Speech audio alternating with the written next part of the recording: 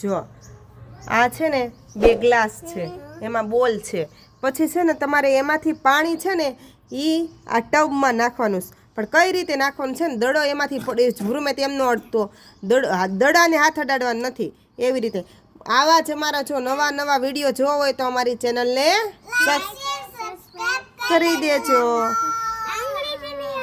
નહીં, આંગળીથી નહીં પકડવાનું. હા, ધીમે ધીમે નાખવાનું, ધીમે હો જેનું દડો ન પડે એમ.